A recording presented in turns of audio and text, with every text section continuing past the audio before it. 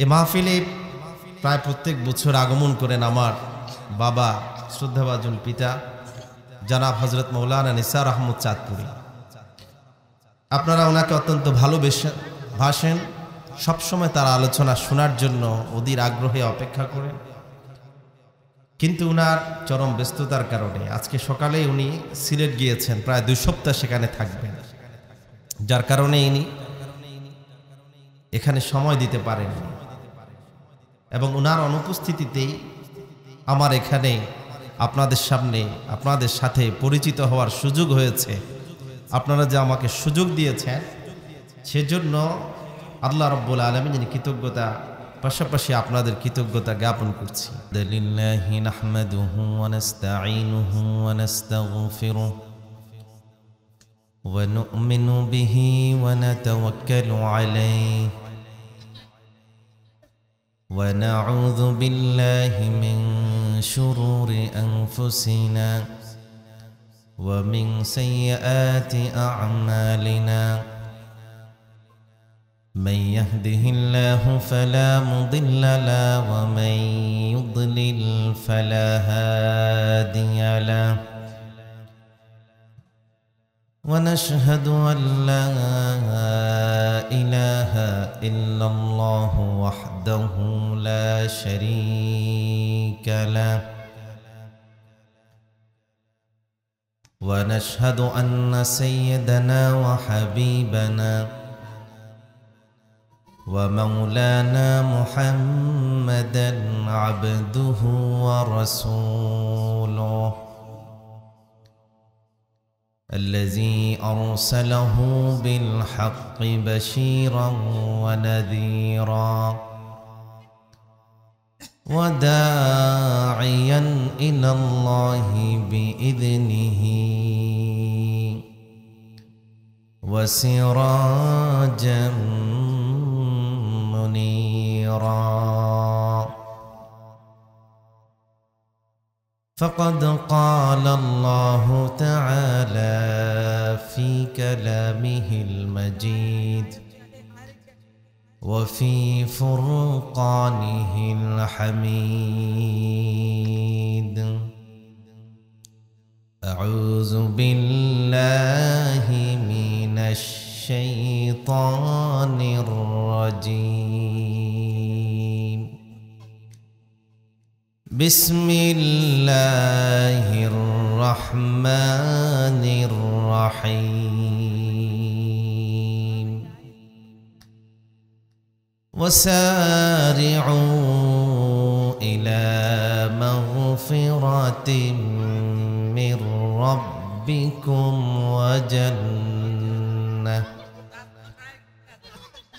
وجنة عرضها السماوات والأرض أعدت للمتقين. صدق الله العظيم وصدق رسوله النبي الحبيب الكريم.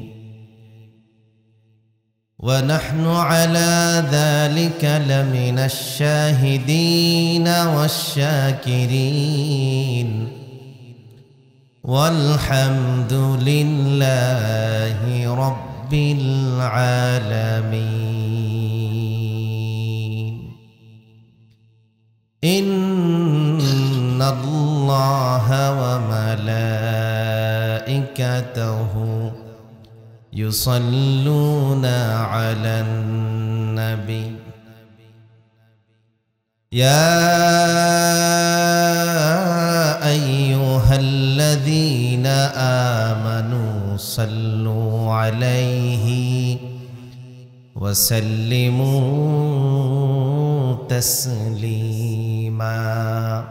প্রাণ খুলে মোহাব্বতের সাথে সবাই পড়ি আল্লাহুম্মা সাল্লি আলা সাইয়্যিদিনা মাওলানা মুহাম্মদ ওয়া আলা আলি সাইয়্যিদিনা مولانا محمد اللهم صل على سيدنا مولانا محمد وعلى آل سيدنا مولانا محمد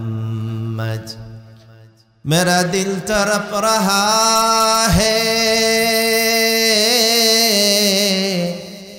मेरा जल रहा है सीना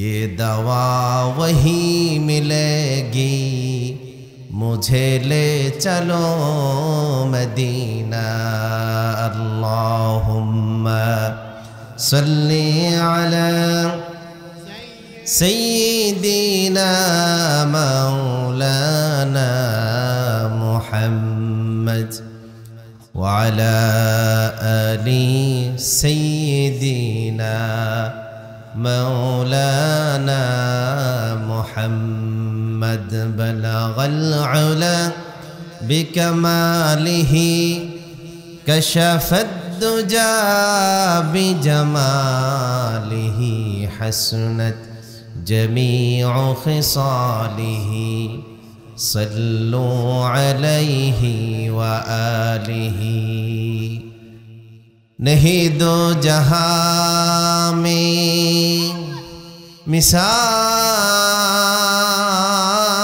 मिसाले मोहम्मद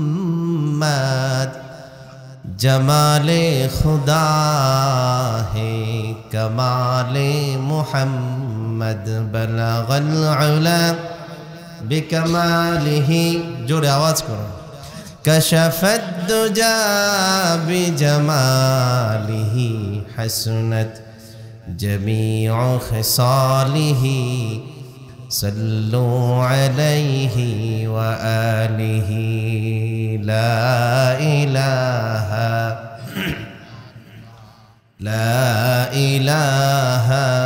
इल्लल्लाह ला इलाहा इल्लल्लाह لا إله إلا الله لا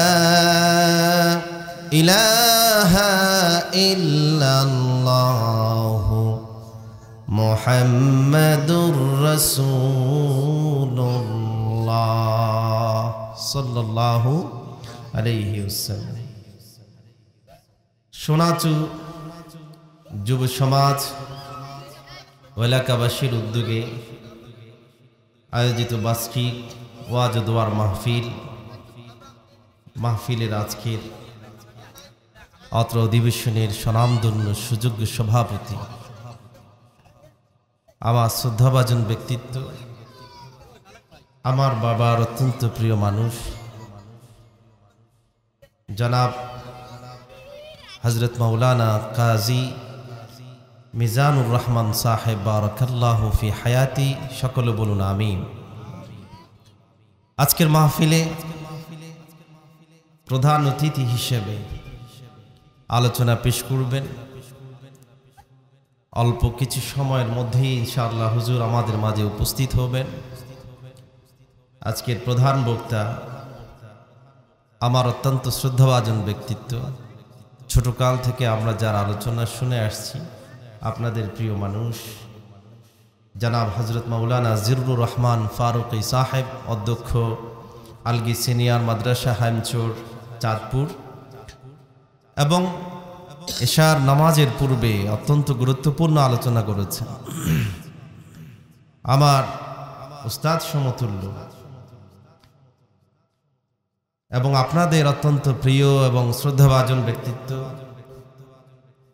হাজীগঞ্জ ঐতিহাসিক কামিল মাদ্রাসার সম্মানিত সহকারী অধ্যাপক জনাব হযরত মাওলানা মুহাদ্দিস সিরাজুল ইসলাম আনসারী সাহেব, এবং আলোচনা করেছেন হাফেজ মাওলানা মাহবুবুর রহমান সাহেব। আমার সামনে উপবিষ্ট আছেন অত্র অঞ্চলের বিভিন্ন স্থান থেকে আগত দিনপ্রিয় ইসলামপ্রিয় মুসলিম ভাই এবং বন্ধুগণ, পদ্মার অন্তরাল থেকে আলোচনা শুনছেন আবেদা জাহেদা মা এবং বোনেরা, সকলকে সাথে নিয়ে আজকের এই কনকনে শীতকে উপেক্ষা করে, রাতের নিস্তব্ধতা ভঙ্গ করে আমরা মনের সবটুকুন আবেগ, উচ্ছ্বাস, ভালোবাসা সকল কিছুকে একত্রিত করে আসুন চিৎকার করে বলি আলহামদুলিল্লাহ। আবারও আওয়াজ করে সকলে বলি আলহামদুলিল্লাহ। অসংখ্য অগণিত দুরূদ ও সালাম সাইয়্যিদুল মুরসালিন খাতামুন নবিয়্যিন নবিয়ুল আম্বিয়া নবী মুহাম্মদ মুস্তাফা সাল্লাল্লাহু আলাইহি ওয়াসাল্লামের প্রতি। সম্মানিত হাজিরিন, আপনারা সবাই কেমন আছেন? এ মাহফিলে প্রায় প্রত্যেক বছর আগমন করেন আমার বাবা শ্রদ্ধাভাজন পিতা জনাব হযরত মাওলানা নিসার আহমদ চাঁদপুরী। আপনারা ওনাকে অত্যন্ত ভালোবাসেন, সবসময় তার আলোচনা শোনার জন্য অধীর আগ্রহে অপেক্ষা করেন। কিন্তু উনার চরম ব্যস্ততার কারণে আজকে সকালে উনি সিলেট গিয়েছেন, প্রায় 2 সপ্তাহ সেখানে থাকবেন, যার কারণে ইনি এখানে সময় দিতে পারেননি। এবং উনার অনুপস্থিতিতেই আমার এখানে আপনাদের সামনে আপনাদের সাথে পরিচিত হওয়ার সুযোগ হয়েছে। আপনারা যে আমাকে সুযোগ দিয়েছেন সেজন্য আল্লাহ রাব্বুল আলামিনের কৃতজ্ঞতা পাশাপাশি আপনাদের কৃতজ্ঞতা জ্ঞাপন করছি। আমি কোরআনুল কারীমের সূরাত আলী ইমরানের 133 নম্বর আয়াত আপনাদের সামনে আপনাদের খিদমতে তিলাওয়াত করেছি। অত্র আয়াতের আলোকে আমরা ইনশাআল্লাহ কিছু কথা, কিছু আলোচনা বলা এবং শোনার চেষ্টা করব। আপনারা রাজি আছেন তো ইনশাআল্লাহ? এখানে আমাদের আসার কারণে ফায়দা ছাড়া, কল্যাণ ছাড়া অকল্যাণ হওয়ার কোনো সুযোগ আছে? কোনো সুযোগ নাই। অতএব আসুন আমরা যারা এসেছি আমরা আবারও আল্লাহর শুকরিয়া আদায় করি আলহামদুলিল্লাহ। আমাদের আসার উদ্দেশ্য, বসার উদ্দেশ্য, নিয়ত আগে ঠিক করার প্রয়োজন আছে না নাই? কথা বলেন। নিয়ত ঠিক না থাকলে সারা রাত ওয়াজ শুনলেও কাজ হবে না। আমাদের নিয়ত হলো একটা, আমরা শুনবো এবং মানব, ঠিক কিনা বলেন? আমরা আলোচনা শুনবো এবং মানব, এই উদ্দেশ্যেই আমাদের আলোচনা শুনতে হবে। যদি এই উদ্দেশ্যে আলোচনা শুনতে পারি তাহলে আমাদের জীবন পরিবর্তন করবেন কে? আল্লাহ। আল্লাহ রাব্বুল আলামিন বলেন, আল্লাযীনা ইসতামিউনাল কাওলা ফায়াত্তাবিউনা আহসানা উলাইকাল্লাযীনা হাদাহুমুল্লাহু ওয়া উলাইকা হুম উলুল আলবাব। চিৎকার করে বলুন আলহামদুলিল্লাহ। শ্রোতার জন্য আল্লাহ তাআলা পুরস্কার ঘোষণা করেছেন। কাদের জন্য? যারা শোনা এবং মানা এই নিয়তে আজকে যারা বসবে তাদের জন্য পুরস্কারও 2টা। পুরস্কার কয়টা? 2টা। শুনতে রাজি আছেন? রাব্বুল আলামিন বলেন, আল্লাযীনা ইসতামিউনাল কাওল।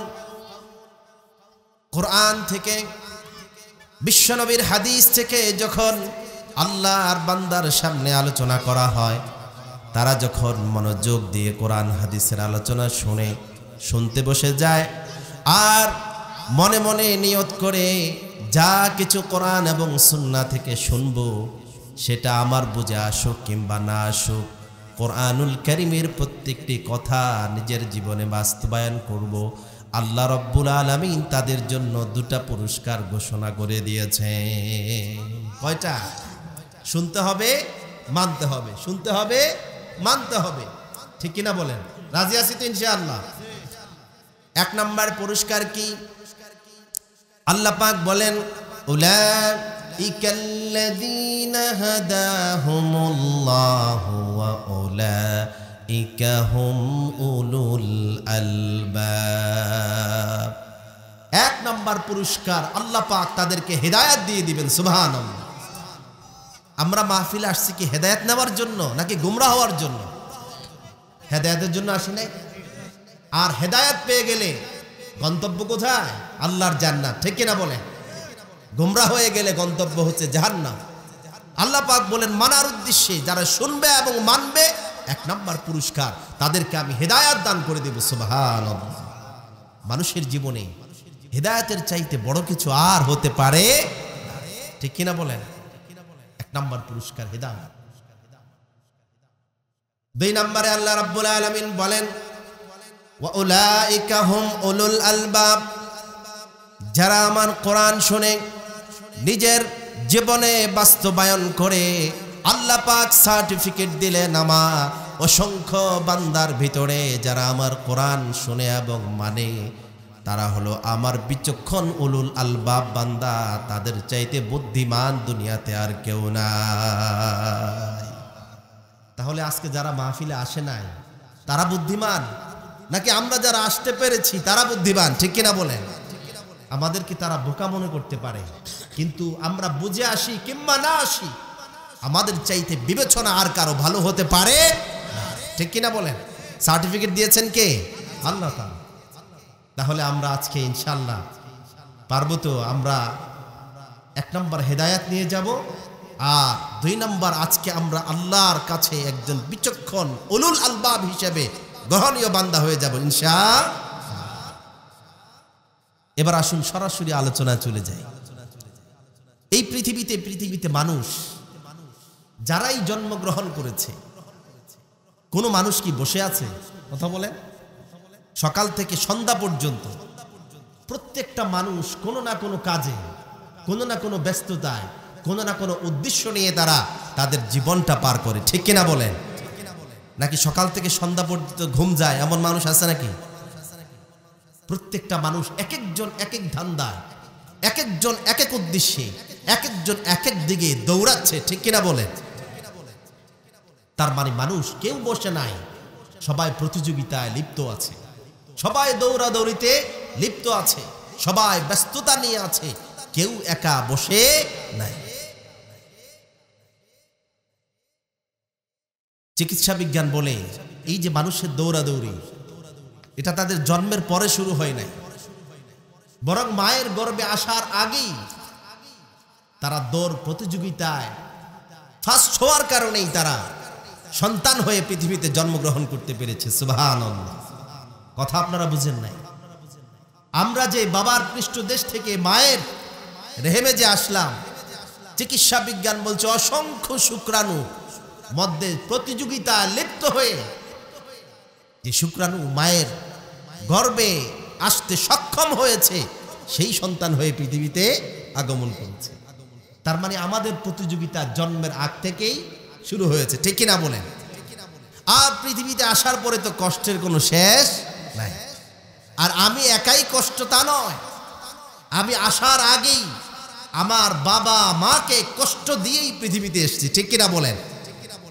আমার আসার আগে বাবা মায়ের ব্যস্ততা শুরু হয় নাই? মা যে কি কষ্ট করেছে, এই কষ্টের কথা কি বর্ণনা করে শেষ করতে পারবো? পারবো না। আল্লাহ রাব্বুল আলামিনের জন্য বলেন লা উকসিমু বিহাযাল বালাদি ওয়া আনতা হিল্লুম বিহাযাল বালাদ ওয়া ওয়ালিদিন ওয়া মা ওয়ালাদা লাকাদ খালাকনাল ইনসানা ফি কাবাদ। চিৎকার করে বলুন আল্লাহু আকবার। আল্লাহ পাক জানিয়ে দিলেন বান্দারে, আমি আমার নবী বিশ্বনবী সাল্লাল্লাহু আলাইহি ওয়াসাল্লামের জন্মভূমি মক্কার কসম করি, আর পৃথিবীর শুরু থেকে শেষ পর্যন্ত যত বাবা যত মা রয়েছে এবং তাদের সন্তান রয়েছে, প্রত্যেক বাবা এবং সন্তানের কসম করে তোমাদেরকে আমি একটা কথা জানিয়ে দেই। সেটা কি? আল্লাহ পাক বলেন লাকাদ খালাকনাল ইনসানা ফি কাবাদ। আল্লাহ পাক বাবা এবং সন্তানের কসম করে এই মহা সত্য গুরু সত্য আমাদেরকে জানিয়ে দিলেন, এই পৃথিবীতে মানুষকে কষ্টের ভিতরেই সৃষ্টি করা হয়েছে। সুবহানাল্লাহ। মানুষের কষ্ট ছাড়া কোনো গতি, ঠিক কিনা বলেন? এমন কোন মানুষ আছে ছোট থেকে বৃদ্ধ, নারী থেকে পুরুষ, ধনী থেকে গরিব, সুস্থ থেকে অসুস্থ, কারো কোনো কষ্ট নাই এমন কোন মানুষ পাওয়া যাবে? পাওয়া যাবে। আবার মরার পরেই কি কষ্ট শেষ? না। অনেক বোকা, যারা বোকার স্বর্গে বসবাস করে, কোনো একটু জীবনে একটু ডিপ্রেশন আসলে, একটু যদি সে মুসিবতে পড়ে যায়, কষ্টে পড়ে যায়, কিছু একটা চেয়েছে হতে পারে নাই, কিছু একটা চেয়েছে পায় নাই, এই না পাওয়ার বেদনার কারণে আত্মহত্যা করে, যে দুনিয়াতে শান্তি পেলাম না, মরেও অন্তত শান্তি পেতে চায়। এরকম বোকা আছে না নাই? কথা বলেন। আচ্ছা, মরার পরে কি শান্তি নাকি আরো গজব বেশি? অশান্তি আরো শুরু। মরার পরে কি অশান্তি শুরু। তাহলে একজন মানুষ জন্মগ্রহণ করার পরে আল্লাহর জান্নাতে পৌঁছার আগ পর্যন্ত কেউ চূড়ান্ত শান্তিতে বসবাস করতে পারবে?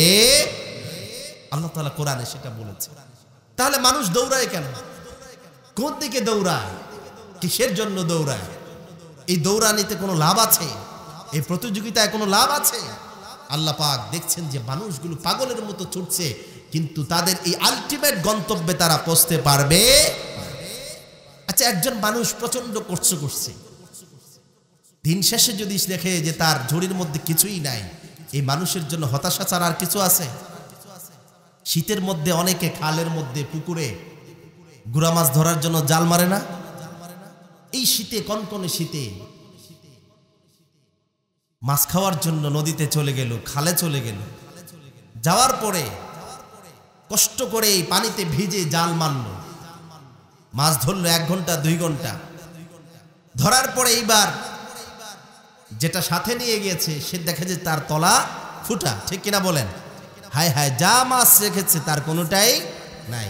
তাহলে 1 ঘন্টার এই কষ্ট কোনো কাজে আসবে? কোনো কাজে আসবে? আল্লাহ রাব্বুল আলামিন দেখলেন যে দুনিয়ার মানুষগুলো পাগলের মতো দৌড়ায়। কেউ দৌড়াচ্ছে ক্ষমতার জন্য,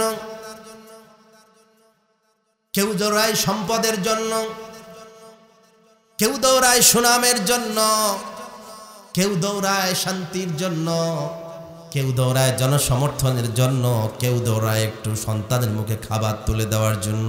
ঠিক কিনা বলেন?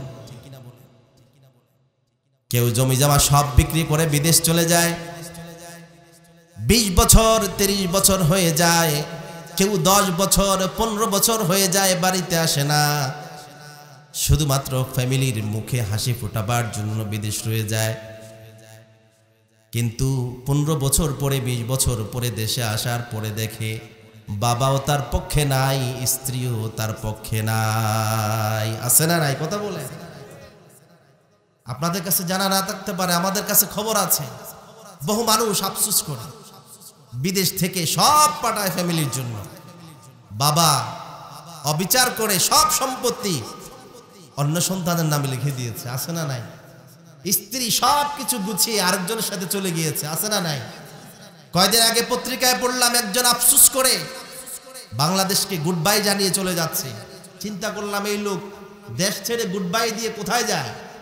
তার আত্মজীবনী লিখছে, সারা জীবন কষ্ট করে যাদের জন্য দেশে এমন কিছু করেছি, দেশে এসে দেখি আমার জন্য থাকার একটু জায়গাও নাই। নাউজুবিল্লাহ বলবেন না? এই কষ্টে মানুষ আছে না নাই? কথা বলেন।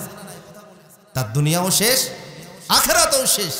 কারণ এই দুনিয়া সাজাবার জন্য, ফ্যামিলির মুখে হাসি তুলে দেওয়ার জন্য, ছেলে সন্তানকে মানুষ করার জন্য হালাল হারাম কোনটাই বাছে নাই, চুরি বাটপারি সব করেছে। আজ দিন শেষে তার কিছুই থাকে। তাহলে সে যে দৌড়ালো, তার ডিরেকশনটা ভুল ছিল। ঠিক কিনা বলেন? তার গন্তব্যটা ভুল ছিল। আল্লাহ পাক সূরাত আলে ইমরানের এই 33 নম্বর আয়াতে অত্যন্ত মায়া করে, মহব্বত করে এই পাগল বান্দাদেরকে আল্লাহ তাআলা ডাকছেন, বান্দা কোথায় যাচ্ছে? তোমার ডিরেকশন তো এই দিকে নয়, তোমার গন্তব্য তো ওই দিকে নয়, আমি যেই দিকে বলি সেই দিকে দৌড়াও। সুবহানাল্লাহ। শুনতে রাজি আছেন? রাব্বুল আলামিন বলেন, ওয়াসারিউ ইলা মাগফিরাতিন মির রাব্বিকুম ওয়া জান্নাতিন আরদুহাস সামাওয়াতু ওয়াল আরদ উইদ্দাত লিল মুত্তাকিন। দুনিয়ার মানুষ দৌড়ায়, আল্লাহ কোরআনুল কারীমে আয়াত নাজিল করে আল্লাহ পাক বললেন, বান্দারে বসে থেকো না, চায়ের দোকানের আড্ডায় বসে থেকো না, সারিউ সারিউ, দৌড়াও দৌড়ায় প্রতিযোগিতায় লিপ্ত হয়ে যাও।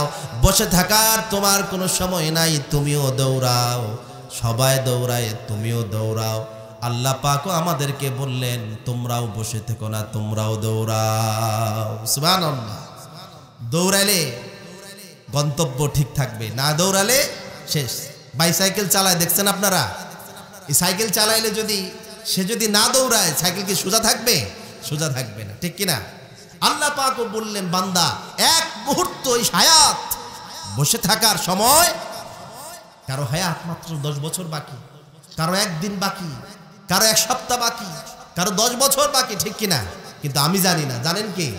আল্লাহ তাআলা। এই গুরুত্বপূর্ণ সময়, এই হায়াত, চায়ের দোকানে 3টা বাজে বসছে আর বাড়িতে যায় 10টা বাজে, ঠিক কিনা? এরকম ডাকাত, এরকম বোকা, এরকম বেহায়া বেশরম মানুষ আছে না নাই? কথা বলেন। দিনের প্রায় 24 ঘন্টার মধ্যে 8 ঘন্টাই চায়ের দোকানে শেষ। ফজরের নামাজ পড়লে তো পড়লো, না পড়লে নাই। ফজরের নামাজের পরে গিয়ে বসে নাস্তার নাম দিয়ে 20 টাকার নাস্তা খায় আর 10টা পর্যন্ত সেখানে বসে থাকে, আছে না নাই? কথা বলেন। সকালবেলার কোরআন তেলাওয়াত নাই, সকালবেলা জিকির আজকার নাই, সকালবেলা তার ছেলে সন্তান দেখাশোনা সেটাও নাই। 10টা পর্যন্ত দোকানে গল্প করে, এরপরে 10টা থেকে 11টা 12টা 1টা কোনোরকম 3 ঘন্টা কাজ করে বাড়িতে এসে আবার ভালো করে খেয়ে তেল তুলা মেখে সোয়েটারটা কাঁধে নিয়ে আবার 3টা বাজে চলে যায়, কেননা দোকানে তার আড্ডা আছে, বন্ধুরা সবাই আসবে। লাইট একটা হাতে নিয়ে যে আপনি চলে গেলেন, আর 10টা পর্যন্ত যে সেখানে সময় ব্যয় করলেন গল্প গুজব করে, মানুষের গীবত করে, এইভাবে আপনার জীবন কখনো জান্নাতে যেতে পারে, ঠিক কিনা বলেন? আচ্ছা, আমি যা বলেছি আমি কি ভুল বলেছি? আমাদের এই শ্রেণীর মানুষ বেশি না, মানুষ কম। আমাদের এলাকায় আমি দেখেছি মানুষের সাধারণ চরিত্র এটা, ঠিক কিনা বলেন? শহরের দিকের মানুষের পরকালীন ব্যস্ততা না থাকলেও দুনিয়ার ব্যস্ততা তার অনেক বেশি। গ্রামে গঞ্জে এই যে অযথা আমরা যে ঘন্টার পর ঘন্টা সময় ব্যয় করলাম, আল্লাহ পাক বললেন, বান্দারে বসে থাকার সময় নাই, সারিউ, তুমিও দৌড়াও। সুবহানাল্লাহ। আপনারাও দৌড়াতে রাজি আছেন? প্রতিযোগিতা না করলে আল্লাহর জান্নাতে যাওয়া যাবে? অন্য আয়াতে আল্লাহ পাক বলেন, ফাস্তাবিকুল খায়রাত, কল্যাণের দিকে দৌড়াও, জান্নাতের দিকে দৌড়াও, ভালো জিনিসের দিকে দৌড়াও। আরেক আয়াতে আল্লাহ পাক বলেন, সাবিকু ইলা মাগফিরাতিম মির রাব্বিকুম ওয়া জান্নাতিন আরদুহা কাআরদিস সামাই ওয়াল আরদ। আল্লাহু আকবার। আল্লাহ পাক সূরা আলে ইমরানের 33 নম্বর আয়াত, সেখানেও আমাদেরকে 2টা জিনিসের দিকে দৌড়াতে বলেছেন। সূরা হাদিদের 21 নম্বর আয়াত, সেখানেও আমাদেরকে 2টা জিনিসের জন্য প্রতিযোগিতায় লিপ্ত হতে বলেছেন। 2টার দিকে দৌড়াও, যদি দৌড়িয়ে 2টা জিনিস যদি তুমি পেয়ে যাও, তোমার দুনিয়ার জীবন ধন্য, পরকালীন জীবন ধন্য হয়ে যাবে। সুবহানাল্লাহ। কয়টা? 2টা, বেশি না। সম্পদ লাগবে না, খ্যাতি লাগবে না, ক্ষমতা লাগবে না, 2টা যদি পাও বান্দা, সব পেয়ে গিয়েছো। সুবহানাল্লাহ। আপনারাও পাইতে চান? এত কিছু দরকার কি আমার? মানুষ সম্পদের জন্য উন্মাদ হয়ে যায়, পাগল হয়ে যায়, ঠিক কিনা বলেন? কিন্তু সম্পদ সে আসলে রাখতে পারে? ক্ষমতার জন্য পাগল হয়ে যায়। 15 বছর 20 বছর 30 বছর থাকবা তুমি, তারপরে সেই ক্ষমতা আর তোমার হাতে থাকবে? ঠিক কিনা বলেন? বর্তমান বিশ্বে সিরিয়ায় 71 থেকে 24 পর্যন্ত বাপ বেটা মিলে শাসন করেছে, তাদের পতন হয়েছে, ঠিক কিনা বলেন? দেশের কথা নাই বললাম, সারা বিশ্বে ক্ষমতা কখনোই একজনের হাতে থাকে। ওয়াতিলকাল আইয়ামু নুদাবিলুহা বাইনান নাস, এটা আল্লাহর কোরআনের চিরন্তন সত্য কথা। আমি মানুষের মাঝে দিনকে ঘুরিয়ে দেই, আজ আমার তো কাল আপনার, ঠিক কিনা বলেন? তাহলে দুনিয়ায় এই প্রতিযোগিতা করে কেউ কোনোদিন সফল হতে পারবে? আল্লাহ পাক বলেন, 2টা শপথ করো, 2টার জন্য প্রতিযোগিতায় লিপ্ত হও, 2টার পেছনে ছুটো, তাহলে দুনিয়াও সফল, আখিরাতেও সফল। দুনিয়াও সফল, আখিরাতেও সফল। সম্মানিত ভাইরা আমার, এক নম্বরে আল্লাহ পাক বললেন সারিউ ইলা মাগফিরাহ, বান্দারে প্রথম যেই জিনিসের জন্য তুমি দৌড়াবে সেটা হচ্ছে তোমার রবের মাগফিরাত, রবের ক্ষমা। তোমার রব যদি তোমাকে মাফ করে দেয়, ক্ষমা করে দেয়, তাহলে দুনিয়ার আর কোনো কিছুর তোমার প্রয়োজন হবে না। ঠিক কিনা বলেন? বানাইছে কে আমাদেরকে? যাইতে হবে কার কাছে? আচ্ছা, আল্লাহর কাছে না যে কেউ পৃথিবীতে কিয়ামত পর্যন্ত থেকে যাবে এমন ক্ষমতা কারো আছে? মানুষ যখন মারা যায় আমরা কি পড়ি? ইন্না লিল্লাহি ওয়া ইন্না ইলাইহি রাজিউন। ঠিক কিনা? মানুষ মারা গেলে ভালো মারা যাক আর খারাপ মারা যাক, বেনামাজি মারা গেলে কি দোয়া আরেকটা আছে নাকি? আর ভালো মানুষ মারা গেলে কি দোয়া ভিন্নটা? দোয়া একটা। আমরা কার জন্য? আল্লাহর জন্য। যাব কোথায়? আল্লাহর কাছেই যেতে হবে। ঠিক কিনা? ইচ্ছায় অনিচ্ছায় যেতে হবে কার কাছে? আল্লাহর কাছে। তাহলে সফল চূড়ান্ত ধরা হচ্ছে আল্লাহর কাছে। ঠিক কিনা বলেন? এখন অনেক মানুষ বিভিন্ন জায়গায় লুকিয়ে আছে, এক এক দিন এক একজনকে ধরা হয়, মিডিয়ার সামনে আনা হয়, অপমানিত করা হয়, লাঞ্ছিত করা হয়। কেউ আবার নিজে থেকেই ধরা দেয়, কেননা সে জানে এই বন জঙ্গলে লুকিয়ে থাকার চাইতে ধরা দিয়ে জামাই আদরে জেলখানায় থাকা আরো ভালো। ঠিক কিনা বলেন? অন্তত জীবনের নিরাপত্তা পাওয়া যাবে। এই দুনিয়ার এই ধরা, সামান্য ধরা, এটার জন্য মানুষ কত জনের কাছে ছুটে। ঠিক কিনা বলেন? ভাই, অপরাধ যা করেছি, এখন ক্ষমতা আপনার, পারলে আমাকে বাঁচান। ঠিক কিনা? কিন্তু আসলে কি সে বাঁচাতে পারবে? মাঝখান দিয়ে কিছু টাকা হাতাইতে পারবে। ঠিক কিনা বলেন? কিন্তু আসল ধরা কার কাছে? আল্লাহর কাছে। তিনি যদি মাফ করে দেয়, কেন মাফ করলেন এটা প্রশ্ন করার ক্ষমতা কারো নাই। ঠিক কিনা বলেন? এজন্য রাব্বুল আলামিন বলেন সারিউ ইলা মাগফিরাতিম মির রাব্বিকুম, বান্দা দৌড়াও দৌড়াও। প্রথম দৌড়ানি হলো তোমার রব যেই পথে গেলে মাফ করে দেয় সেই পথে দৌড়াও। তোমার রবের মাগফিরাত পেয়ে গেলে দুনিয়া আখিরাত, দুনিয়া ধন্য হবে। তোমার জন্য আর পিছনে তাকানোর কোনো প্রয়োজন নাই। ঠিক কিনা? আল্লাহর মাফ ছাড়া কেউ কি জান্নাতে যেতে পারবে? যত বড় আবেদ হোক, আল্লাহ যদি ক্ষমা না করে, যদি ধরে, এ দাঁড়াও হিসাব দিয়ে যাও, কেউ কি আর মাফ পাওয়ার সুযোগ আছে? কথা বলেন।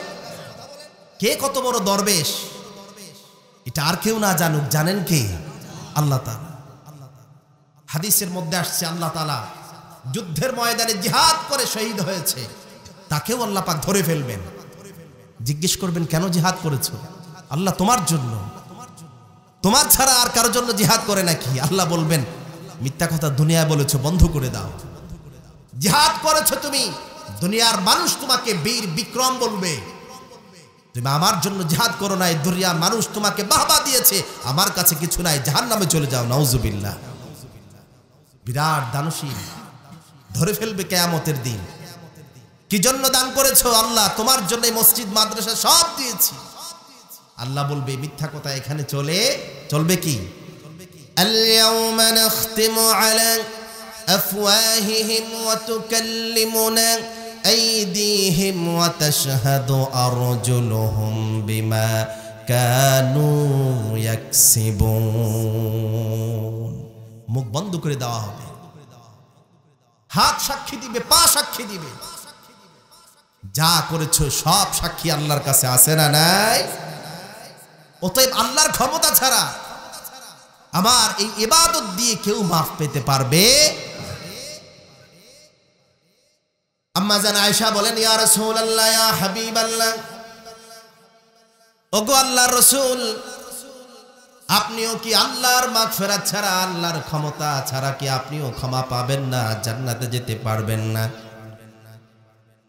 আল্লাহর নবী বললেন, রে আয়েশা, আমিও আল্লাহ আর ক্ষমা ছাড়া সেদিনও আমার মাপ পাওয়ার সুযোগ নাই। তবে জেনে রাখো আল্লাহ পাক আমাকে অগ্রিম সব ক্ষমা করে দিয়েছে। আল্লাহ পাক আমাকে লাঞ্ছিত করবেন এটা গ্যারান্টি আমার কাছে আছে, কিন্তু আল্লাহর ক্ষমা লাগবে। ঠিক কিনা বলেন? আল্লাহর ক্ষমা কেমন জিনিস? হাদিসের মধ্যে এসেছে, বনু ইসরাইল একজন ব্যভিচারিণী নারী যে জিনার কাজ করে অর্থ উপার্জন করে নিজের জীবন পরিচালনা করত, তাকে কি আমরা ঘৃণা করি না ভালোবাসি? কথা বলেন। যারা জিনাকার, কেউ যদি প্রমাণিত হয়, ধরা খায়, তাকে কি সবাই আদর করে না থুতু মারে? কিন্তু আমরা কিছুটা অবিবেচকের মতো কাজ করি। সমাজে জিনাকার তাকে যেমন আমরা ঘৃণা করি, সমাজে চোর তাকে যেমন ঘৃণা করি, সমাজে ডাকাত তাকে যেমন ঘৃণা করি, সমাজে মিথ্যুক তাকে যেমন ঘৃণা করি, বেনামাজিকে আমরা কেউ ঘৃণা করি না। কথা কি সত্য বললাম নাকি মিথ্যা? কিন্তু জিনার চাইতে, চুরির চাইতে, ডাকাতির চাইতে নামাজ ছেড়ে দেওয়া আরো মারাত্মক মারাত্মক ধরনের গুনাহ। ঠিক কিনা বলেন? আল্লাহর নবী বলেছেন যে নামাজ ছেড়ে দেয় তার মাঝে আর কাফেরের মাঝে আর পার্থক্যই থাকে না। ঠিক কিনা? কিন্তু যে নামাজ পড়ে না 5 ওয়াক্ত, সেই সন্তান ইনকাম করে পাঠায় আর আমি দিব্যি খাচ্ছি 5 ওয়াক্ত নামাজি, কোনোদিন সন্তানকে নামাজের কথা বলি না, এমন মুসল্লি আছে না নাই? আমরা একজন ডাকাতের পাশে বসি না, চোরের পাশে বসে খাই না, ভিক্ষুকের পাশে বসতে চাই না, কিন্তু আমার পাশেই 5 ওয়াক্ত নামাজ একদিন নয়, 2 দিন নয়, বছরের পর বছর যে নামাজ পড়ে না, কিন্তু তার কাছে টাকা আছে, ক্ষমতা আছে, তার পাশে বসার জন্য, তার সাথে ছবি তোলার জন্য মানুষগুলো পাগল হয়ে যায়। ঠিক কিনা বলেন? এই জন্য আমি সব জায়গায় বলি, যেমন আমরা চোরকে ঘৃণা করি, বেনামাজিকে যদি আমরা সেইভাবে ঘৃণার চোখে দেখতাম, এই সমাজে আর বেনামাজি খুঁজে পাওয়া যেত। ফজর নামাজ পড়ে দোকানের কাছে গিয়ে নামাজের সাথে সে নাস্তা করে কিভাবে? ঠিক কিনা বলেন? নামাজ পড়ে আসো, তারপরে কথা। দোকানদার তাকে চা দেয় কিভাবে? নিজে নামাজ পড়ে। পারবো তো ইনশাআল্লাহ। আমরা তাদের সাথে শত্রুতা নয়, আনার জন্য, সঠিক পথে আনার জন্য এই পন্থা অবলম্বন করলে কাজ হবে তো ইনশাআল্লাহ, কাজ হতে পারে। সম্মানিত ভাইয়েরা আমার, বলছিলাম আল্লাহর ক্ষমার কত দাম, কত পাওয়ার। ওই যে বনু ইসরাইলের একজন ব্যভিচারিণী নারী, নামাজ নাই, রোজা নাই, কিন্তু তার ঈমান আছে। তিনি ব্যভিচারিণী নারী, সমাজের কেউ তাকে পছন্দ করে না, ঘৃণা করে সবাই।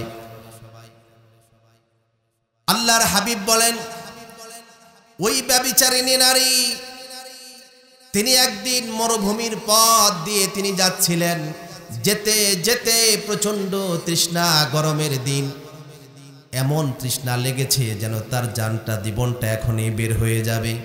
মরুভূমিতে কি পানি পাওয়া যায় সব জায়গায়? আর মরুভূমি কি খুব ঠান্ডা?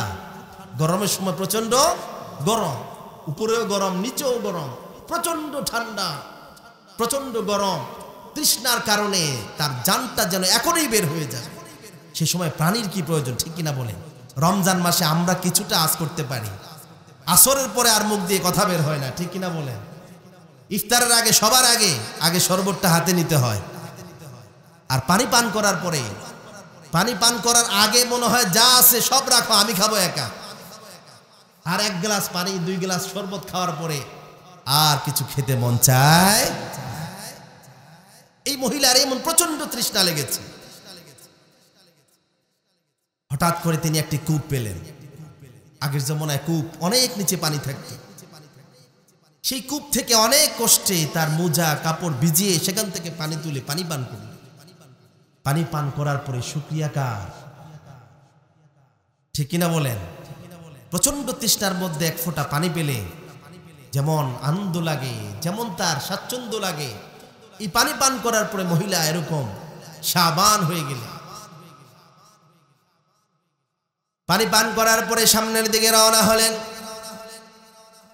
কিছুক্ষণ যাওয়ার পরে দেখছে একটা কুকুর, যেই কুকুরকে সমাজের মানুষ প্রয়োজনে অপ্রয়োজনে তাকে শাস্তি দেয়।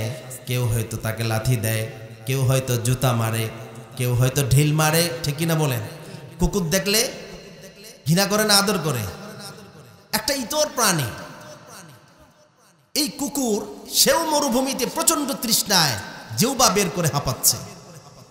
আমরা তো হইলে কুকুর আর কুকুর মরুক, আমার কি আসে যায়, ঠিক কিনা? এই ব্যভিচারিণী নারী, তার হৃদয়ে আল্লাহর এই একটা ইতর প্রাণী কুকুরের জন্য তার প্রচন্ড মায়া লেগেছে। কিছুক্ষণ আগে আমি তো এমন তৃষ্ণার্ত ছিলাম, আমি তো এমন কষ্ট পেয়েছি, হায় রে, এই তো আল্লাহর একটা সৃষ্টি, এইভাবে কষ্ট পেয়ে সে মারা যাবে, এটা হতে পারে? মহিলার মনে একটু দয়া লেগেছে আল্লাহর একটা সৃষ্টির জন্য। হাদিসের মধ্যে এসেছে, মহিলা নিজের পায়ের জুতা মোজা ভিজে কূপ থেকে পানি তুললেন, কুকুরের সামনে রাখলেন, কুকুর পানি পান করে সেও তৃষ্ণার্ত হলো, সেও পিপাসা নিবারণ করলো, কুকুর চলে গেল। মরুভূমির মাঝে তাদের এই দুইজনের ঘটনা আল্লাহ ছাড়া আর কেউ দেখেছে কিনা? এখানে কি বাহবা পাওয়ার কোনো সুযোগ ছিল? কুকুরের পায়ে পানি পান না করলে তাকে জল্লাদ বলার কেউ ছিল? সে যে ভালো কাজ করেছে এটা দুনিয়ার কেউ সাক্ষী আছে? দেখেছেন কি? আল্লাহর নবী বিশ্বনবী সাল্লাল্লাহু আলাইহি ওয়াসাল্লাম বলেন, এই ব্যভিচারিণী নারী যার প্রতি মুহূর্তে কবিরা গুনাহের মধ্যে লিপ্ত, এই একজন নারী যখন আল্লাহর একটি সৃষ্টির প্রতি দয়া পরবশ হয়ে যখন কষ্ট করে পানি তুলে দিলেন, ওই কুকুরের মুখে সামান্য পানি তুলে দিতে দেরি আকাশের মালিক খুশি হয়ে ওই ব্যভিচারিণী নারীর জীবনের সমস্ত গুনাহ মাফ করে দিলেন। শুধু মাফ করে দিয়েছে তা নয়, আল্লাহর নবী বলেন ওই মহিলা আল্লাহর জান্নাতে চলে গিয়েছে। সুবহানাল্লাহ। এটা হচ্ছে আল্লাহর ক্ষমা, এটা হচ্ছে আল্লাহর মাফ, এটা হচ্ছে মাগফিরাত। একজন ব্যভিচারিণী নারীকে, যার সারা জীবন গুনাহে ভরা, একটা কি কারণ, কি একটা কাজের কারণে আল্লাহ খুশি হয়েছেন, জীবনের সমস্ত গুনাহ মাফ করে দিয়ে আল্লাহর জান্নাতে গিয়েছেন। সুবহানাল্লাহ। ঠিক তার বিপরীতে আল্লাহর নবী বিশ্ব নবীর সামনে সাহাবায়ে কেরাম একজন মহিলার আচরণে বিরক্ত হয়ে আল্লাহর নবীর কাছে আরজ করলেন, ইয়া রাসূলুল্লাহ, ইয়া হাবিবাল্লাহ, আমাদের পাড়ায় একজন আল্লাহওয়ালা মহিলা আছে। কি মহিলা? আল্লাহওয়ালা মহিলা আছে। রাত্রিবেলা নামাজ পড়ে, দিনের বেলা রোজা রাখে, 5 ওয়াক্ত নামাজ, নফল রোজা কোনোটাই তার বাদ যায় না। মহিলারা এই কাজগুলো বেশি করে, ঠিক না বলে? এই যে শবে বরাতের রোজা পুরুষরা বেশি রাখে না, মহিলারা। নফল ইবাদতের ক্ষেত্রে মহিলারা পুরুষ থেকে অনেক অগ্রগামী। রোজাও রাখে, সারাদিন কষ্ট করে সংসার পরিচালনা করে, কোনোদিন কোনো কিছু গ্যাপ দেয় না।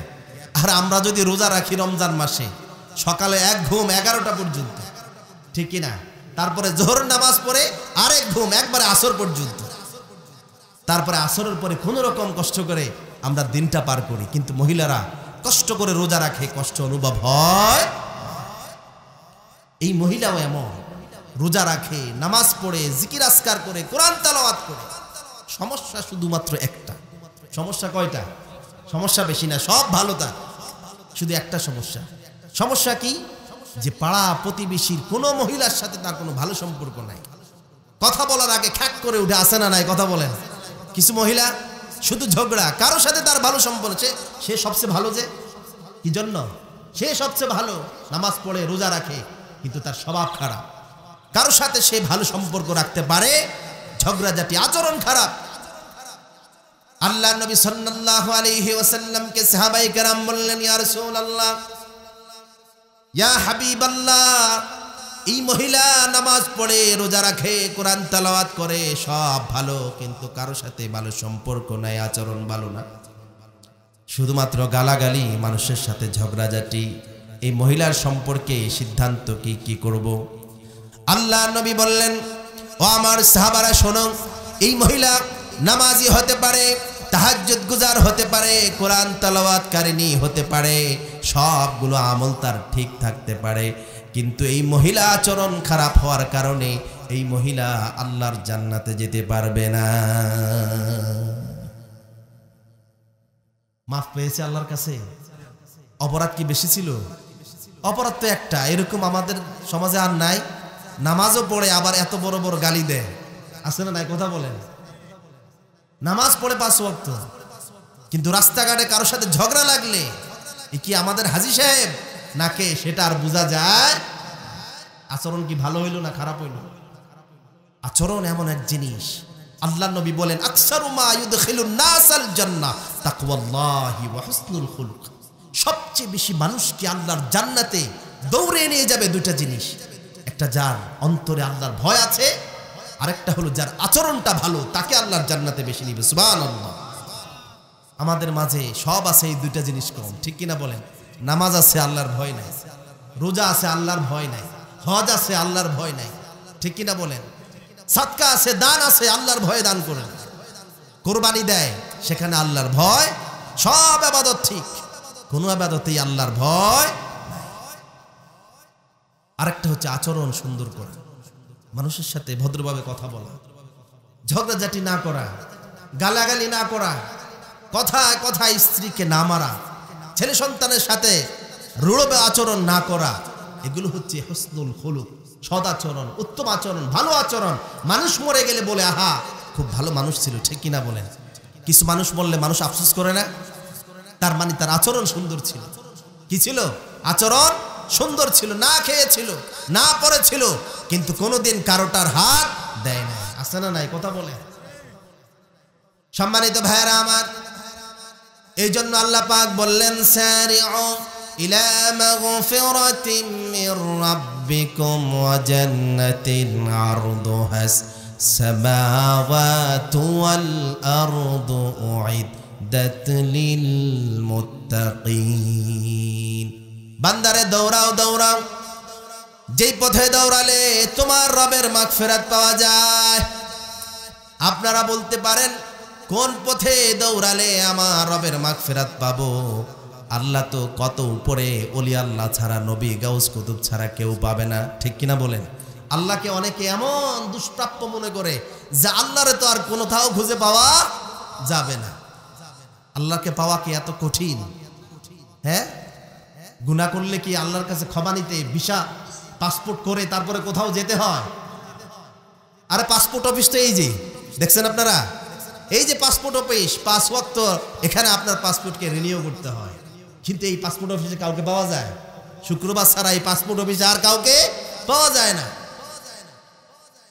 সম্মানিত ভাইয়েরা আমার, এই জন্য আল্লাহ পাক বলেন قل يا عبادي الذين أسرفوا على أنفسهم لا تقنطوا من رحمة الله إن الله يغفر الذنوب جميعا إنه هو الغفور الرحيم। চিৎকার করে বলুন আলহামদুলিল্লাহ। আল্লাহ নবীকে বলেন, নবী হে আমার গুনাহগার বান্দাদেরকে বলে দাও। কোন বান্দা? গুনাহগার। নবী হে আপনি বলেন ইয়া ইবাদিয়াল্লাযীনা আসরাফু, আমার গুনাহগার বান্দা যারা গুনাহ করে নিজেকে অপরাধী মনে করে দৌড়িয়ে পালায় কি করে রবের ক্ষমা পাওয়া যায়, তাদেরকে জানিয়ে দাও লা তাকনাতু মির রাহমাতিল্লাহ ইন্নাল্লাহা ইয়াগফিরুয যুনুবা জামিআ। নবী বলে দেন আমার ওই গুনাহগার বান্দাগুলোকে, যাদের গুনাহ নাই তাদেরকে বলার দরকার নাই। আচ্ছা, গুনাহ ছাড়া কেউ আছে? এটা আল্লাহ ভালো করে জানে। আমার গুনাহগার বান্দাকে বলে দাও লা তাকনাতু মির রাহমাতিল্লাহ, আমার গুনাহগার বান্দা যেন নিরাশ হয়ে না যায়, হতাশ হয়ে না যায়। হায়রে এত গুনাহ, এত গুনাহ, এত গুনাহ কেমন করে মাফ পাবো? আল্লাহ পাক বলেন লা তাকনাতু মির রাহমাতিল্লাহ ইন্নাল্লাহা ইয়াগফিরুয যুনুবা জামিআ। বান্দা তোমার জীবনে যা গুনাহ আছে সব এক ক্লিকে মাফ করবেন কে? আল্লাহ তাআলা। আমাদের বর্তমান প্রধান উপদেষ্টা তিনি একটা কথা বলেছেন যে আমরা আবার রিসেট বাটন টিপ দিয়ে দিলাম। আল্লাহ তাআলা একটা বাটন টিপ দিবে, একটা বাটন টিপ দিতে হয় আল্লাহর। গুনাহ মাফ করতে এক মুহূর্ত সময় আল্লাহর প্রয়োজন হয় না। সব গুনাহ মাফ করবেন। কি গুনাহ? সব গুনাহ মাফ করবেন। আল্লাহ তাআলা কোরআনে বলেছেন। রব্বুল আলামিন বলেন, ইন্নাল্লাহা লা ইয়াগফিরু আন ইউশরাকা বিহি ওয়া ইয়াগফিরু মা দুনা যালিকা লিমান ইয়াশা। রব্বুল আলামিন বান্দার জীবনে যত গুনাহ আছে, চোরের গুনাহ, ডাকাতির গুনাহ, জিনার গুনাহ, মিথ্যা কথার গুনাহ, ধোঁকাবাজির গুনাহ, সব গুনাহ আল্লাহ মাফ করবেন। একটা মাত্র গুনাহ আল্লাহ পাক মাফ করে না, সেটা হলো শিরকের গুনাহ। যে ব্যক্তি আল্লাহর সাথে শিরক করবে, এই গুনাহ তাওবা ছাড়া আল্লাহ মাফ করবে না। শিরকের গুনাহও দুনিয়াতে মাফ হবে, হায়াত আছে, এই তাওবা করেন, সঙ্গে সঙ্গে মাফ। এই যে আল্লাহ শিরকের গুনাহ মাফ করবেন, এটা পরকালের জন্য। যে কপাল পোড়ারা তাওবা করে মাফ না পাবে, তাদের জন্য পরকালে আটকা আছে। কিন্তু দুনিয়াতে শিরকের গুনাহও কোনো ব্যাপার। তাওবা করে আপনি যদি সহজ পথে চলে আসেন, আর যদি শিরকের গুনাহ না মাফ করেন, তাওবা করতে দেরি, গুনাহ মাফ করবেন কে? আল্লাহ তাআলা নিজেই বলেছেন, ওয়া মান ইয়াগফিরুয যুনুবা ইল্লাল্লাহ। আল্লাহ ছাড়া কে আছে গুনাহ মাফ করবে? ঠিক কিনা বলেন? এই ক্ষমতা কি আর কারো আছে? অপরাধী হচ্ছে আল্লাহর কাছে, মাফ করে দিবে আরেকজন, আছে ক্ষমতা কারো? আর আল্লাহ যদি মাফ করে দেয়, এই প্রশ্ন করে কেউ নাই। আজীবন নামাজ পড়ে নাই, আপনি মাফ করে দিলেন যে? এই প্রশ্ন কেউ করতে পারবে? আজীবন সে ডাকাতি করছে, আপনি শেষ বয়সে ভালো হয়েছে, মাফ করে দিয়েছেন যে? এই প্রশ্ন করার ক্ষমতা আছে কারো? কারে মাফ করবে আর কারে করবে না, হেদায়েত কাকে দিবে কাকে দিবে না, বিষয় কার? এমন রব, এমন শক্তিশালী রব থাকার পরেও আমাদের কোনো আর সমস্যা আছে? সমস্যা নাই। শুধু আমাদের কাজ কি? তাওবা করব কার কাছে? আজকে এখানে ইনশাআল্লাহ মাহফিল শেষে তাওবা করে মুনাজাত দিয়ে আমরা সবাই যেতে চাই। রাজি আছেন তো ইনশাআল্লাহ? তাহলে এক নাম্বার আমরা ছুটে যাব কোন দিকে? আল্লাহর মাগফিরাতের দিকে, আল্লাহর মাগফিরাতের দিকে। এই জন্য ফরজ ইবাদতের পাশাপাশি কিছু নফল ইবাদত করতে হয়, যেগুলোর কারণে আল্লাহ চরম খুশি হয়েছে। তার মধ্যে একটা হলো মা বাবা। ঠিক কিনা বলেন? আমি তো সব সময় বলি, পুরুষের জন্য দুটা দরজা খোলা আছে, এই দরজা দিয়ে ঢুকলে আল্লাহর জান্নাত পাওয়া যায়। একটা হচ্ছে মা, আর একটা হচ্ছে কি? বাবা। আল্লাহ নবী বলেন, হুমা জান্নাতুকা ওয়া নারুক। মা বাবার মাধ্যমে জান্নাতে যাওয়া যায়। আল্লাহর নবী এটাও বলেন নাই, আল্লাহর নবী আরো অ্যাডভান্স হয়ে বললেন, ও দুনিয়ার সন্তান শুনে রাখো, মা বাবা শুধু জান্নাতে যাওয়ার মাধ্যম নয়, তোমার মা এবং তোমার বাবা তোমার জন্য আল্লাহর জান্নাত। সুবহানাল্লাহ। হুমা জান্নাতুকা ওয়া নারুকা। মা বাবাই জান্নাত, মা বাবাই জাহান্নাম। যার মা বাবা খুশি, জান্নাতের পর তার জন্য সহজ। সেই মা বাবার অন্তরে আঘাত দেওয়ার সন্তান সমাজে আছে না নাই? কথা বলে, কম না বেশি? বুড়া হলে বাবা মায়ের আর কোনো দাম থাকে? হায় রে, বাবা মায়ের দাম নাই। একটা গরুরও দাম আছে। গরুকে মশারি দিয়ে রাখে, ঠিক কিনা বলেন? লাইট জ্বালায় রাখে সারা রাত, কারেন্টের বিলে চিন্তা করে না, ওয়ালের চিন্তা করে না। কেননা অস্ট্রেলিয়ান গরু 2 লাখ টাকা 3 লাখ টাকা দাম। সামনে কোরবানি আসছে, অনেক দাম তার। বৃদ্ধ বাবা পড়ে আছে, বিছানা ময়লা, খাবারের খবর নাই, বিছানার খবর নাই, মশারির খবর নাই। বাবার কোনো দাম তার কাছে? মনে করেছে মরলেই বাঁচলাম। আছে না নাই? কথা বলে, মরার আগেই প্রস্তুতি নিয়ে রাখে।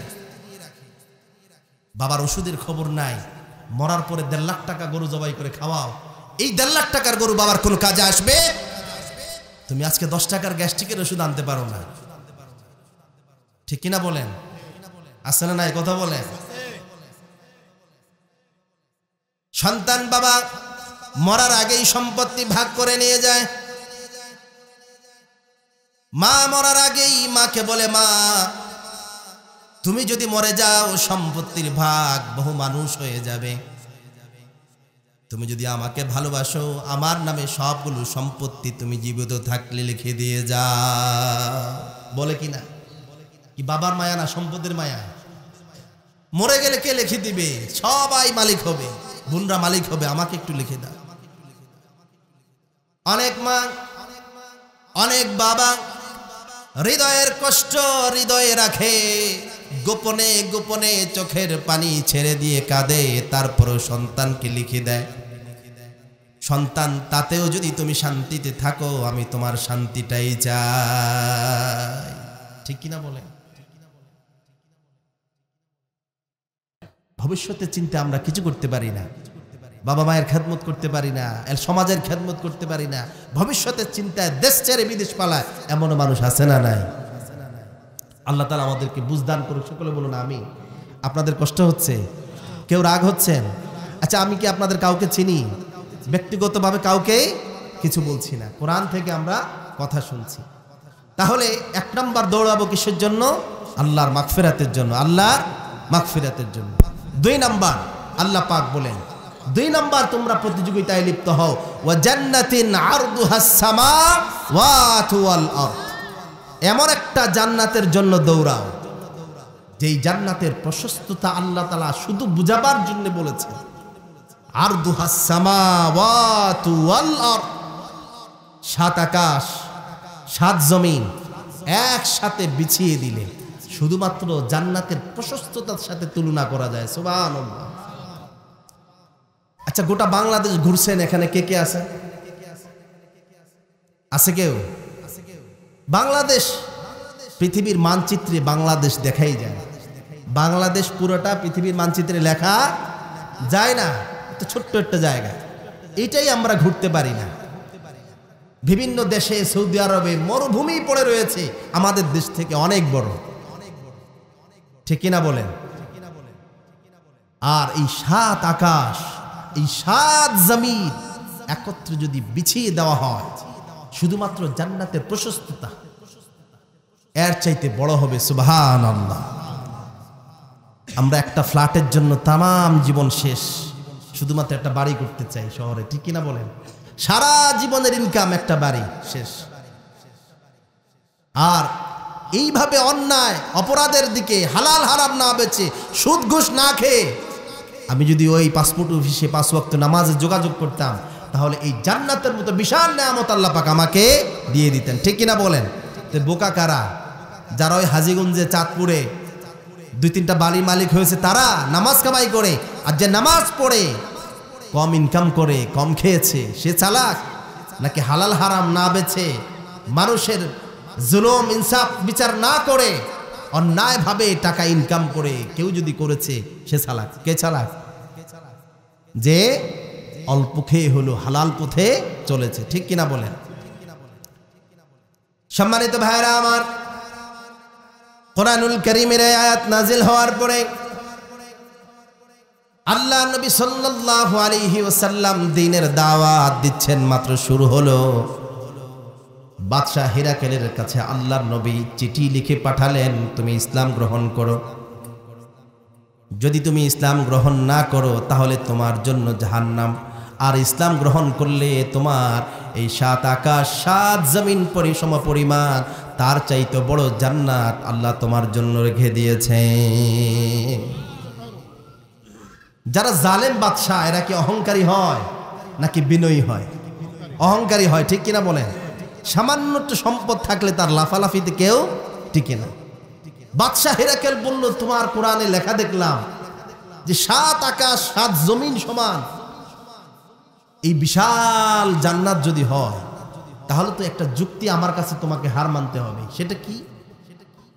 আমার যুক্তি হলো, আল্লাহর জান্নাত যদি গোটা বিশ্বময় হয়ে যায়, 7 আকাশ 7 জমিন মিলে যদি শুধু জান্নাত আর জান্নাত হয়ে যায়, তাহলে জাহান্নাম রাখার জায়গা কই?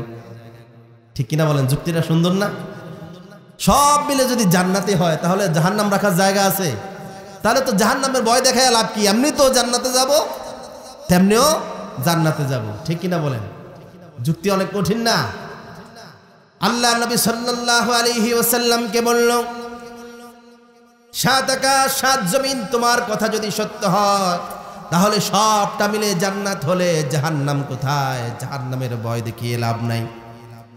আল্লাহ নবী সাল্লাল্লাহু আলাইহি ওয়াসাল্লাম হিরকালকে বলল, সুবহানাল্লাহ, ফাইনাল লাইলু ইযা তান্নাহার, দিন যখন চলে আসে রাত কোথায় যায়?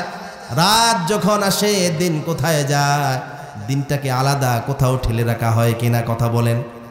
দিনকে আলাদা কোথাও ঠেলে রাখা হয়? কোথায় যায় কেউ বলতে পারবে? সৃষ্টিকার আল্লাহ। এই যে কিছুদিন আগে বন্যা গেল, ফেনীর মানুষগুলো মানবতর জীবন যাপন করেছে। পার্শ্ববর্তী প্রতিবেশী বড়ই হিংসার ভাব আমাদের সাথে দেখিয়েছেন, ঠিক কিনা বলে? কিন্তু এখন সেই পানি গেল কোথায়? এগুলো কি কোথাও শুকিয়ে গিয়েছে না আল্লাহ কোথাও ঢুকিয়ে রেখেছেন? আল্লাহ রাব্বুল আলামিন এমন স্রষ্টা, হেরাকেল তোমার চিন্তা করার প্রয়োজন নাই। গোটা দুনিয়া মিলে যদি জান্নাত হয়ে যায়, জাহান্নাম রাখার মতো জায়গা আল্লাহর কাছে অভাব নাই। আর যদি সবটা মিলে জাহান্নাম হয়ে যায়, জান্নাত থাকবে না, এমনটা ভাবার কোনো কারণ নাই। তুমি যদি ঈমান না গ্রহণ করো, জাহান্নাম থেকে বাঁচার কোনো সুযোগ তোমার কাছে নাই, ঠিক কিনা বলেন? জাহান্নাম থেকে বাঁচার সুযোগ আছে? আল্লাহর কি কোনো জায়গার অভাব আছে? আর জায়গা জমিন তো এগুলো আল্লাহর কিছুই না। মহাবিশ্ব নিয়ে চিন্তা করলে বিজ্ঞানীরা অবাক হয়ে যায়, ঠিক কিনা বলেন? এই পৃথিবী তো কিছুই না, মহাবিশ্বে এই পৃথিবী একটি ধূলিকণার সমান, ঠিক কিনা বলেন? তো পৃথিবী তো ধূলিকণার সমান, মহাবিশ্বে সব হারিয়ে যায়, ব্ল্যাক হোলে সব হারিয়ে যায়। বিজ্ঞানীরা বলেন এত গ্রহ, এগুলো গণে শেষ করা যাবে? এত বড় জান্নাত, একটা কথা আল্লাহ পাক বলেছেন, সামান্য ঈমান, আমল নাই, ইবাদত নাই, নামাজ নাই, রোজা নাই, হজ নাই, যাকাত নাই, যাররা পরিমাণ ঈমান নিয়ে যে দুনিয়া থেকে বিদায় হবে। আচ্ছা, এই যে ইমাম সাহেব আছে আপনাদের এখানে, আছে কিনা জানি না, খতিব সাহেব আছে, কয়জন গিয়ে জিজ্ঞেস করছেন যে আমি কি পাবে আমল করলে জান্নাতে যেতে পারবো? এমন মুসল্লি কি পাওয়া যায়? মুসল্লি তো জুমার দিন আসে একবারে, ইমাম সাহেব যখন নামাজে দাঁড়াবে, খুতবার আওয়াজ শোনা যায় বাসা থেকে, তখন দৌড়ানো শুরু করে, ঠিক কিনা বলেন? আবার সালাম ফিরানোর পরে অর্ধেক মুসল্লি খুঁজে পাওয়া যায়। ইমাম সাহেবকে কোন সময় জিজ্ঞেস করবে তারা? সেই সময় কি আছে? ইমাম সাহেবের যেহেতু খেয়ে দিয়ে কাম নাই, এই জন্য 5 ওয়াক্ত বসে থাকে আর আজান দেয়। অনেক সময় মহিলারা বিরক্ত হয়ে বলে যে মুয়াজ্জিন সাহেবের কোনো কাম নাই, শুধু আজান দেয়, ঠিক কিনা বলেন? বিশেষ করে এখন শীতকাল, আসরের আজানের পরে মাগরিবের আজান হয়ে যায়, মাগরিবের পরে এশার আজান হয়ে যায়, ঠিক কিনা বলেন? মানুষ বিরক্ত হয়ে যায়। বিরক্ত হতো না যদি সে তুলনা করতে, এর বিনিময়ে আমার কাছে আছে কি? জান্নাত, ঠিক কিনা বলেন? সাহাবায়ে কেরাম বুঝেছেন, এই জন্য আল্লাহর নবী প্রশ্ন করলেন একদিন মসজিদে, কিভাবে তারা বুঝেছেন? দুনিয়াকে তুচ্ছ মনে করেছেন, জান্নাতের জন্য কেমন করে তারা প্রতিযোগিতায় লিপ্ত হয়েছেন। আল্লাহর নবী একদিন সাহাবায়ে কেরামকে প্রশ্ন করলেন, মান আসবাহা মিনকুমুল ইয়াউমা সাইমা, ও আমার সাহাবারা, কে আজকে তোমরা সকাল করেছো রোজা অবস্থায়? হাত তুলে দেখাও। কি করেছো? রোজা অবস্থায় সকাল করেছো। আজকে রোজা রাখছো কে? সবার আগে হাত তুললেন আবু বকর, আনা ইয়া রাসূলুল্লাহ, আমি আজকে সকাল বেলা থেকে রোজা অবস্থায় সকাল করেছি, আজকে আমি রোজাদার। আল্লাহর নবী আবার প্রশ্ন করলেন, মান আতআমা মিনকুমুল ইয়াউমা, কে মিসকিনা, কে আজকের দিনে একজন মিসকিনের মুখে খাবার তুলে দিয়েছো? কে? একজন মিসকিনকে খাবার দিয়েছো কে? সবার আগে আবু বকর, আনা ইয়া রাসূলুল্লাহ, আমি আজকে একজন মিসকিনকে পেট পুরে খাওয়িয়েছি। সুবহানাল্লাহ। আল্লাহর নবী আবার প্রশ্ন করলেন, মান আদা মিনকুমুল ইয়াউমা মারিদা, ও আমার সাহাবারা, আজকের দিনে কে আছো? একজন অসুস্থ ব্যক্তি, তোমার একজন অসুস্থ মুসলিম ভাইকে আজকে তোমরা দেখতে গিয়েছো, কে আছো বলো দেখি। সবার আগে আবু বকর হাত তুললেন, আনা ইয়া রাসূলুল্লাহ। সুবহানাল্লাহ বলবেন না? আমি একজন রোগীকেও আজকে দেখে এসেছি, আমার অমুক বন্ধুকে, আমার অমুক আত্মীয়কে, অসুস্থ মানুষ, তার সেবা শুশ্রূষা করে এসেছি। আল্লাহর নবী সাল্লাল্লাহু আলাইহি ওয়াসাল্লাম প্রশ্ন করলেন, মান তাবিআ মিনকুমুল ইয়াউমাল জানাজা, তোমাদের মধ্যে আজকে কে আছো একজন ব্যক্তির জানাজায় অংশগ্রহণ করেছো? জানাজা হলে মানুষ যেতে চায় না, ঠিক কিনা বলেন? এই ফাও কাজে কে যায়? যাদের কাজ নাই তারা যাক, ঠিক কিনা বলেন? এটা কি ফাও কাজ? কে আছো মুসলিম ভাইয়ের জানাজায় অংশগ্রহণ করেছো, দাফন কাফনে শরীক হয়েছো? সবার আগে আবু বকর হাত তুললেন, আনা ইয়া রাসূলুল্লাহ, ইয়া রাসূলুল্লাহ, আমি আজকে একজন জানাজায় উপস্থিত হয়েছি, দাফন কাফনে অংশীদার হয়েছি। কিরে, রোজা রাখছে কে? তাও আবু বকর। রুগী দেখতে গেছে কে? তাও আবু বকর। জানাজায় গেছে কে? তাও আবু বকর। গরিবকে খাওয়িয়েছে কে? তাও। আল্লাহর নবী বলেন, ফামাজতামানা ফিমরিইন ইল্লা দাখালাল জান্নাহ। ও আমার সাহাবারা, সাক্ষী থাকো, শুনো শুনো, আল্লাহর যেই বান্দার ভেতরে একাধারে এতগুলো ভালো গুণ একত্রিত হয়ে যায়, আল্লাহর সেই বান্দার গন্তব্য জান্নাত ছাড়া আর কিছু হতে পারে না। এই জন্য আল্লাহর নবী সাল্লাল্লাহু আলাইহি ওয়াসাল্লাম একদিন মসজিদে নববীতে জান্নাত নিয়ে আলোচনা করছেন। আল্লাহর নবী সাল্লাল্লাহু আলাইহি ওয়াসাল্লাম বললেন, ও আমার সাহাবারা, জান্নাতের একটা বাব আছে, বাবুস সাইম অথবা বাবুস সাওম, বাবুর রায়্যান যেটাকে আমরা বলি, সেই দরজা দিয়ে রোজাদাররা প্রবেশ করবে। শুধুমাত্র রোজাদারদের জন্য আল্লাহ রাব্বুল আলামিন দরজা এটা নিযুক্ত করেছেন, রোজাদার ছাড়া আর কেউ ঢুকতে পারবে না। আর একটা দরজার নাম হচ্ছে বাবুস সালাত, এটা হচ্ছে নামাজিদের দরজা। এই দরজা দিয়ে নামাজিদেরকে আল্লাহ জান্নাতে ডাকবে। আরেকটা হচ্ছে বাবুল ঈমান, যাদের ঈমান পাকাপোক্ত, ওই দরজা দিয়ে আল্লাহ পাক তাদেরকে প্রবেশ করাবেন। যারা হজ করবে তাদের জন্য আল্লাহ পাক এই দরজা নিযুক্ত করে রেখেছেন, শুধুমাত্র হাজিরা সেই দরজা দিয়ে প্রবেশ করবে। এমনি করে আল্লাহর নবী সবগুলো ইবাদতের নাম ধরে ধরে বললেন, এই ইবাদতকারীদের জন্য এই দরজা, রোজাদারের জন্য এই দরজা, নামাজ আদায়কারীর জন্য এই দরজা। এমন সময় আবু বকর হাত তুলে বললেন, ইয়া রাসূলুল্লাহ, ইয়া হাবিবাল্লাহ, নবী গো, জানতে চাই সব দরজা দিয়ে ঢুকতে পারে এমন কোন আল্লাহর বান্দা থাকবে কিনা? রোজাদারের জন্য দরজা এটা, নামাজের জন্য দরজা এটা, যাকাত আদায়কারীর জন্য দরজা এটা, কিন্তু সব দরজা দিয়ে ডাকবে এমন কেউ থাকবে কিনা ইয়া রাসূলুল্লাহ? দেখেন কত আগ্রহ। আমরা তো ওই পরকালের বিষয়ে আমরা কানেই দিতে চাই না, ঠিক কিনা বলেন? ওয়াজ হুজুররা করুক, হুজুররা শুনুক, ঠিক কিনা? এত ওয়াজ দিয়ে কি করবো? আওয়াজ এত বেড়ে গেছে, ইউটিউবে শোনা যায়, মোবাইলে শোনা যায়, ঠিক কিনা বলেন? ইউটিউবে শুনে শুনে ঘুম গেল, আর ফজরের নামাজ নাই, কাজ হবে? এখানে যারা মনোযোগ দিয়ে শুনছেন, ইউটিউবে কি এই মনোযোগ দিয়ে শোনা যায়? সেখানে আপনি ওয়াজ শুনতে গিয়ে কতগুলো অপকর্ম আপনার সামনে চলে আসছে, ঠিক কিনা বলেন? গুনাহের কাজ যদি হয় একটা, ভালো কাজ যদি হয় একটা, গুনাহের কাজ হয় 10টা, ঠিক কিনা বলেন? আর এখানে আল্লাহর রহমত নাজিল হচ্ছে, তখন কি আল্লাহর রহমত নাজিল হবে? চতুর্পাশে ফেরেশতা ঘেঁষে আছে আল্লাহর সাক্ষী দিবে আল্লাহর কাছে, সেখানে কি সাক্ষী পাওয়া যাবে? আবু বকর রাদিয়াল্লাহু তাআলা আনহু, যাকে অসুস্থতার খেদমতেও পাওয়া যায়, রোজাদারের তালিকায় পাওয়া যায়, দান সৎকার তালিকায় পাওয়া যায়, তিনি আল্লাহ রসুলের কাছে প্রশ্ন করলেন, সব দরজা দিয়ে ডাকবে এমন কেউ আছে কিনা?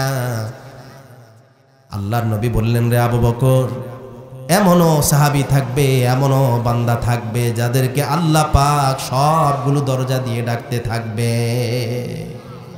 সবগুলো দরজায় তাদের জন্য রিসিপশন করার জন্য বসে থাকবে, আবার এই দরজা দিয়ে আসেন, এই দরজা দিয়ে।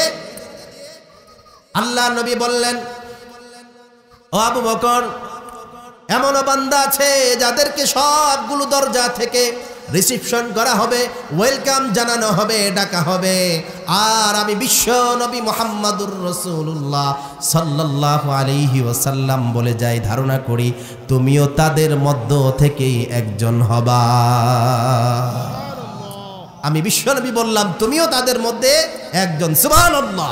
এরাই হচ্ছে ফাস্তাবিকুল খায়রাত, ভালো কাজে এরা প্রতিযোগিতা করে, ঠিক কিনা বলেন?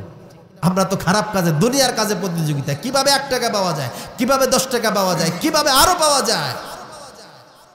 আল্লাহর নবী বলেন এই মানুষগুলোর অন্তর, মুখ, চোখ এগুলো মাটি ছাড়া কখনো ভরাট হবে। কেমন করে তারা প্রতিযোগিতা করতেন আপনারা ধারণা করতে পারেন? আল্লাহর নবী, বিশ্ব নবী সাল্লাল্লাহু আলাইহি ওয়াসাল্লাম রাষ্ট্রপ্রধান ছিলেন, তাদের কোনো দায়িত্ব ছিল না, এই জন্যই সারাদিন তারা এই ইবাদতে ব্যস্ত থাকতেন না। হযরতে আবু বকর রাদিয়াল্লাহু তাআলা আনহু তিনি যখন খেলাফতের দায়িত্ব প্রাপ্ত হলেন, হযরত ওমর বললেন, হযরতে আবু বকর পরের দিন জীবিকা নির্বাহের জন্য তিনি কাপড়ের গাঁটটি নিয়ে ব্যবসার উদ্দেশ্যে রওনা হলেন। ওমর বললেন, ইয়া আমিরুল মুমিনিন, এখন থেকে আপনাকে অন্যদিকে সময় দেওয়ার সুযোগ নাই, আপনি রাষ্ট্রীয় কাজে সময় দিবেন। আপনার ভরণ পোষণের জন্য জাত সামান্য প্রয়োজন সেটা রাষ্ট্রীয় কোষাগার থেকে পরিশোধ করা হবে। হযরতে আবু বকর রাষ্ট্র পরিচালনা শুরু করলেন। এই রাষ্ট্র পরিচালনার গুরু দায়িত্ব দিনের বেলা শেষ করে রাত্রিবেলা হযরতে আবু বকর তার সাম্রাজ্যে বেরিয়ে পড়তেন। তার এই শাসনাধীন অঞ্চলে কোনো মানুষ না খেয়ে আছে কিনা, কোনো মানুষ কষ্টে আছে কিনা দেখার জন্য রাত্রিবেলা বের হয়ে যেতেন। একদিন আবু বকর রাদিয়াল্লাহু তাআলা আনহু দেখেন একজন বৃদ্ধা মহিলা, তার বাড়িতে খেদমত করার মতো আর কেউ নাই, ঘরটা পরিষ্কার করার মতো কেউ নাই। হযরতে আবু বকর রাদিয়াল্লাহু তাআলা আনহু রাতের অন্ধকার থাকতে থাকতে ওই বৃদ্ধা মহিলার বাড়িটা তিনি নিজ হাতে পরিষ্কার করে তিনি চলে আসলেন। আর এই প্রতিযোগিতায় লিপ্ত হয়ে গেলেন হযরতে ওমর। তিনিও তালাশ করতে করতে ওই অভাবী মহিলাটাকে খুঁজে বের করলেন। তিনিও চিন্তা করলেন যে আমিও এই মহিলার খেদমত করব। সুবহানাল্লাহ। ভালো কাজের প্রতিযোগিতা, কাকে ফাঁকি দিয়ে কে নিতে পারে, ঠিক কিনা বলেন? আমরা আছে কাকে ফাঁকি দিয়ে 10 টাকা কে নিতে পারি, তারা হচ্ছে কাকে ফাঁকি দিয়ে কে জান্নাতের পথে অগ্রসর হতে পারে। হযরত ওমর রাদিয়াল্লাহু তাআলা আনহু তিনি মহিলার সন্ধান পেলেন, বললেন যে বৃদ্ধ মা, আমি আপনার খেদমত করতে চাই। রাতের অন্ধকারে তিনি গেলেন, বললেন যে আহা হতভাগা, তুমি এত দেরি করে আসছো, তুমি আসার আগে আরেকজন এসে আমার সব কাজ করে দিয়েছে। সুবহানাল্লাহ। আরেকজন এসে আমার সব কাজ করে দিয়েছে। চিন্তা করলো যে আমি রাত্রে এত বাজে এত তাড়াতাড়ি আসলাম, এখনো ফজরের আজান হয় নাই, এত আগে কে সেই কাজ করে গেল, ঠিক কিনা? তার কল্পনাতেই নাই যে আবু বকর রাদিয়াল্লাহু তাআলা আনহু দিনের বেলা কাজে ব্যস্ততার কারণে রাতে আল্লাহর খোঁজ নিতে ভুলে গিয়েছেন। এটা হতে পারে না। পরের দিন চিন্তা করলেন আমি আরো আগে যাব। হযরতে আবু বকর রাদিয়াল্লাহু তাআলা আনহু তাহাজ্জুদের নামাজ পড়ে আরো আগে গিয়ে তিনি বৃদ্ধা মহিলার কাজগুলো রাত্রিবেলা সেরে আসলেন। আবু বকর সেরে আসার পরে ওমর রাদিয়াল্লাহু তাআলা আনহু গেলেন। যাওয়ার পরে আজকেও দেখে আগে আগে আসার পরেও সেই সুযোগ তিনি পায় নাই। চিন্তায় পড়ে গেলেন, এত রাত্রে কে এসে বৃদ্ধা মহিলার ঘরকে পরিষ্কার করে যায়। পরিষ্কার করতে পারি কিংবা না পারি বুঝতে পারছি, ভালো কাজে সে আমার সাথে প্রতিযোগিতায় লিপ্ত হয়েছে, আমিও ছাড় পাওয়ার বান্দা নই। এবার হযরতে ওমর আর ঘুমান না, পাহারায় বসে গেলেন। সারা রাত পাহারা